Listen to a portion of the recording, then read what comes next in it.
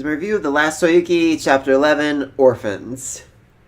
So it starts with a fun scene of them trying to make it down the stairs, which makes a lot of sense, you know? I mean, she can fly, she can move somewhat, so as long as she's appearing to be walking and her legs are covered, no one will notice that she is in fact flying, which, interesting.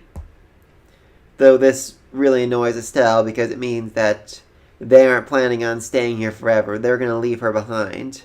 And that really hurts because she is alone. We find out the tragic backstory of her mother, who essentially monsterized her daughter's illness in order to save her life, but ended up dying because of it. Since then, she's just basically been all alone. Mr. Faraku took care of her, made sure she was safe and warm and all that, but he's a very cold person, as they all are, because apparently in order to attain a true human form, you need to basically shut off all your emotions, which makes sense. I found out a few chapters back that if Ryu continues to evolve further and further into the perfect human form, then he's going to end up losing his goodness, his humanity, and become cold and emotionless. A few other things we learned. Koharu has no memories, essentially no memories, before she went to live with Ryu, which, interesting.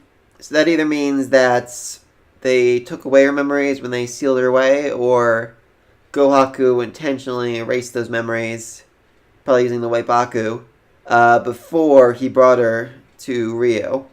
You know, looking back, it would actually make a lot of sense if the people here in this Holy Land were the ones that ended up cutting off her arms and legs.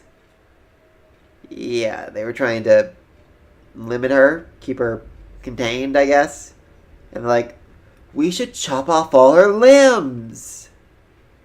Yeah, that's actually pretty dark now that I think about it. Anyway, also, now that your mailbox is opened, you can apparently lift giant 100-pound weights with your feet, which is cool. Like I said before, I'm super excited just to see what all these people can do with their mailbox opened. It apparently gives them superhuman strength, but really, what else can they do? Some can fly. I just absolutely love this shot of Ryu attempting to basically lift Koharu with his feet. Oh my god, that was absolutely amazing. Anyway, so then they have a job to do. And Koharu and Ryu have to go because the boss ordered it. And again, I really want to meet this freaking boss. I mean, what is his deal? I have this weird theory that it might actually be his mother. I don't think that's going to be the case, but that would be funny. Maybe her sister? That could make sense, like twin sister. Like he sees her and he's like, Mom? And he runs over to her and then she just knocks him down and says no. Anyway, yeah, apparently these two have the potential to become the strongest Nyobi users in the entire Holy Land. I mean, the skills they showed were something you would not have within a few days of training. No one's ever shown that much skill.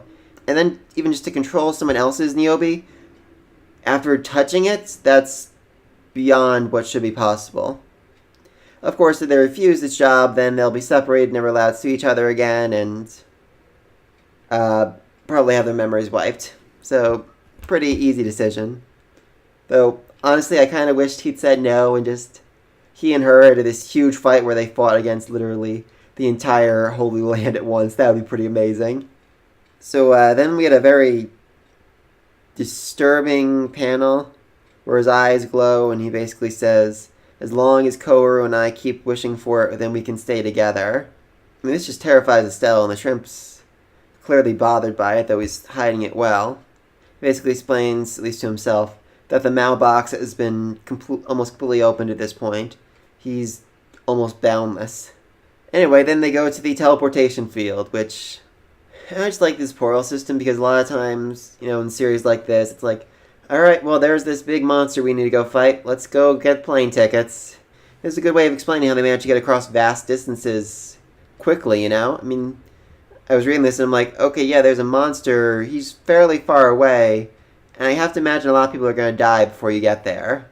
I mean, I doubt the, gate took them right to where they wanted to go. Probably within 20-minute drive of it at least, which is certainly going to be helpful, I think. So yeah, next chapter, I'm assuming they're going to fight the doctor we saw last chapter. It's going to be an emotional moment for Stella when she has to overcome the pain. How her mother died. Maybe the shrimp will give her some kind words and tell her everything's going to be okay. Yeah, so let me know your thought in the comment section down below. Be sure to like and subscribe. And until next week, peace.